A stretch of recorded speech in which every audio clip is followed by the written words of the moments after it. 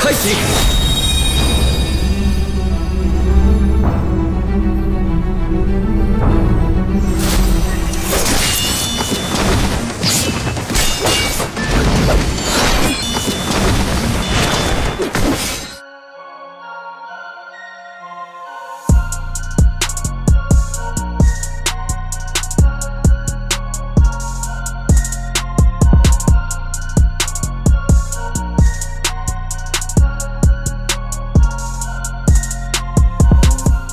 Di sisi lain terlihat Pangeran Kaso merindukan dan cemas akan keselamatan penjaga bumi Leluwo. Tak berselang lama keesokan harinya, terlihat intias milik Pangeran Kaso sudah tumbuh sebagai mestinya dan di saat inilah hari kompetisi untuk memilih sang raja penguasa 3 alam akan diumumkan. Dan benar saja tak berselang lama terlihat sang raja dan kelima tetua suku berkumpul untuk menyaksikan hasil intias dari kedua pangeran. Di sinilah sang raja memanggil Kaso untuk menunjukkan intias yang ia miliki.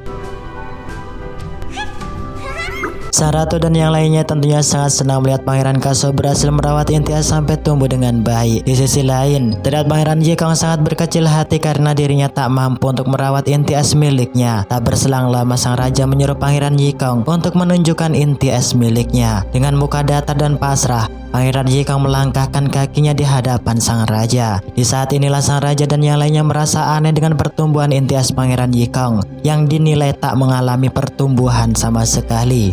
大家心里也很清楚。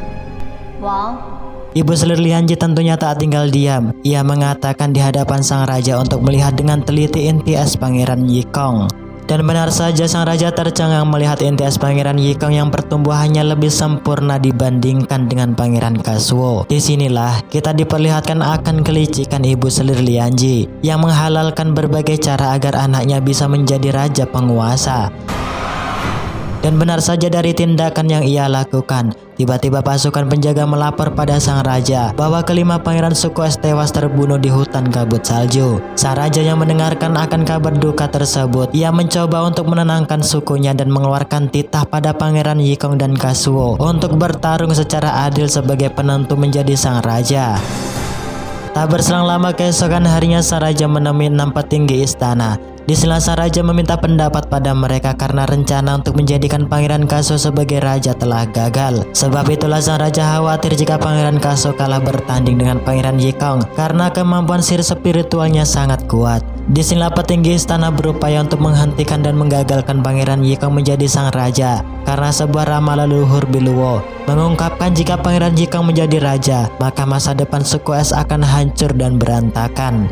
Di sisi lain terlihat Pangeran Yikong menghampiri sang ibu. Di sinilah ia merasa aneh akan perubahan intias miliknya serta kasus kematian kelima pangeran es yang secara bersamaan. Karena tak ingin rencananya gagal, sang ibu Selir Lianji tak memberitahu yang sebenarnya padanya. Ia tetap menyuruh Pangeran Yikong agar tetap fokus akan kompetisi selanjutnya mengalahkan Pangeran Kasuo agar kedudukan sang raja beralih padanya. Nah dari sinilah kita kembali diberitahu bahwa Pangeran Yikong terpaksa menjadi sang raja agar sang ibu memberikan rahasia cara memulihkan kekuatan spiritual kakak tersayangnya. Di sisi lain, terlihat Pangeran Kaso menanyakan akan keadaan Leluwo pada tetua suku pemimpi Xingju. Tentunya ia mengatakan bahwa keadaan penjaga bumi sangat baik. Bahkan dirinya meninggalkan sebuah pesan akan kerinduannya. Karena merasa malu, Pangeran Kaso hanya tersenyum mendengarkan ucapan tetua suku pemimpi. Di sinilah Pangeran Kaso menyampingkan perihal hati pada kekasihnya, di mana ia akan berfokus pada penentuan sang raja es masa depan serta kemunculan kabut hitam yang terus-menerus membayangi dirinya. Di tempat lain, petinggi Swanta tiba-tiba menghampiri Pangeran Yikong dengan membawa pasukan istana. Karena tak ingin adanya kelicikan ketika bertanding, petinggi Swanta meminta pada Pangeran Yikong untuk menyerahkan pusaka pedang pelahap dewa. Pangeran Yikong yang mendengarkan akan perintah petinggi Swanta, ia mempersilahkan untuk mengambil dan membawa pedang tersebut.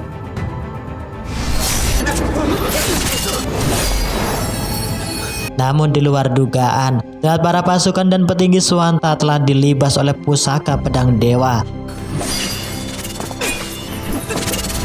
Di sinilah Pangeran Yikong dengan sengaja membiarkan petinggi Swanta terbunuh, di mana ia menganggap bahwa sang raja telah licik karena memerintahkan dirinya untuk bertarung dengan sang kakak yang sangat ia sayang. Dalam kondisi krisis, tak bisa berbuat lebih, datanglah Pangeran Kaso membantu menghentikan pedang pelahap dewa yang menyerang petinggi Suwanta, yang seketika membuat dirinya terhunus oleh pedang tersebut. Namun siapa sangka, ternyata pusaka pedang pelahap dewa tak mampu melukai tubuh Pangeran Kazuo. Di sana tetua Shinju merasa aneh akan pusaka tersebut, di mana ia tak akan berdiam diri untuk menggali informasi kebenarannya. Tak berselang lama dari kejadian, tiba-tiba burung pengirim pesan menghampiri mereka, di mana sang raja menyuruhnya untuk segera menuju ke aula pertemuan. Sesampainya di dalam aula, sang raja memeraih petinggi Suwanta karena mengatasnamakan dirinya untuk mengambil pusaka pedang pelahap dewa di tangan Pangeran Yikong. Disinilah terjadi perdebatan yang panas antar mereka, karena sang ratu tak ingin Pangeran Kaso kalah bertanding dengan Pangeran Yikong, yang tentunya sang ratulah yang menyuruh petinggi Suwanta untuk mengambil pusaka pedang di tangan Pangeran Yikong.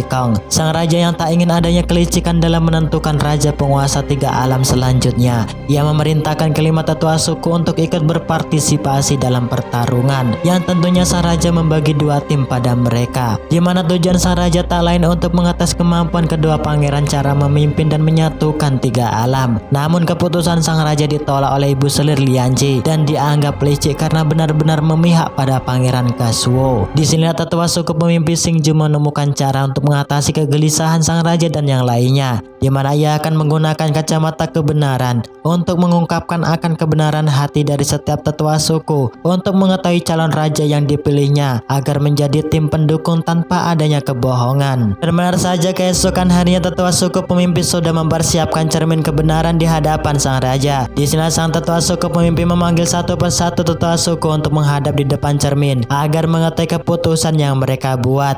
我先来。卡索王子，是鹰空士。鹰空士王子，支持鹰空士王子。选择卡索王子。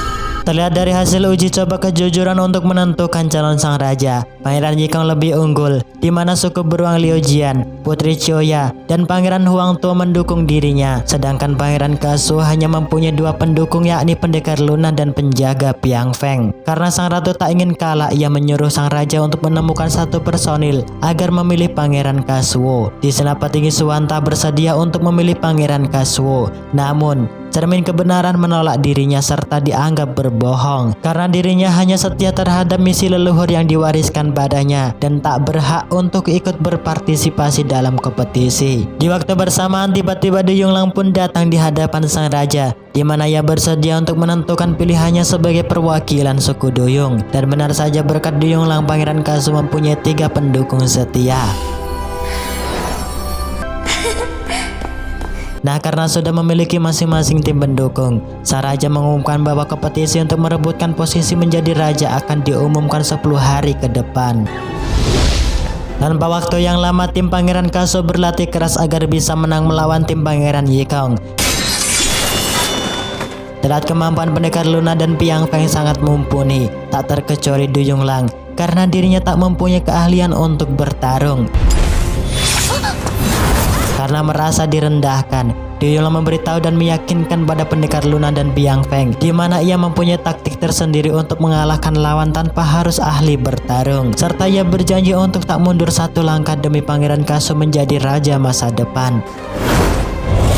Di sisi lain, terlihat Raja Liujian dan Putri Choya juga berlatih bersama Pangeran Yikong. Terlihat mereka mengeluarkan jurus gabungan agar bisa mengalahkan sihir Pangeran Yikong. Namun kekuatan mereka tak mampu untuk memukul sang pangeran, yang ada merekalah yang tersungkur.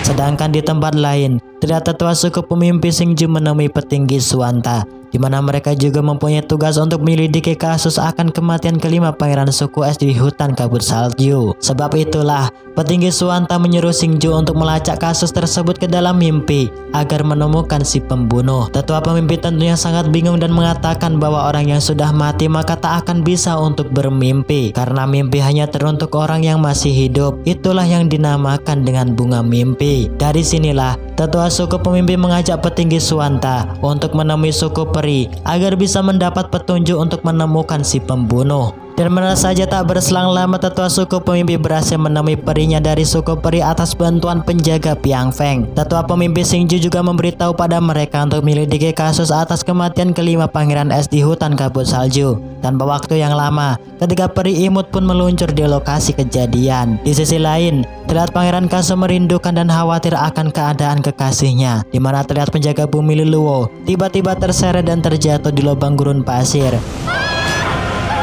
Di saat sadar, penjaga bumi Leluo pun sangat terkejut karena sekujur badannya sudah dalam keadaan terikat.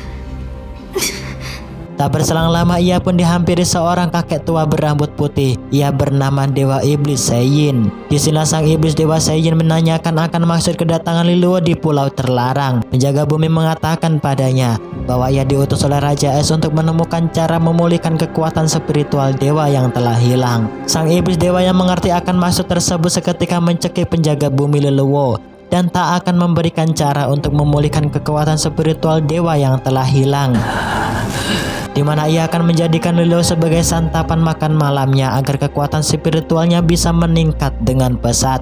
Keesokan harinya Raja Es mengumpulkan kembali Pangeran Kaso dan Yikong di dalam aula pertemuan. Di sini sang raja meminta pada sang nenek untuk mengumumkan cara bertanding untuk menentukan calon penerus tahta kerajaan suku Es. Sang nenek memutuskan bahwa kompetisi pertama yakni menguji kecepatan dan ketangkasan yang akan dilakukan oleh penjaga Piang Feng tim Kasuo melawan Raja Liujian dari tim Pangeran Yikong, di mana pemenang akan ditetapkan bagi mereka yang berhasil mengalahkan pesaingnya.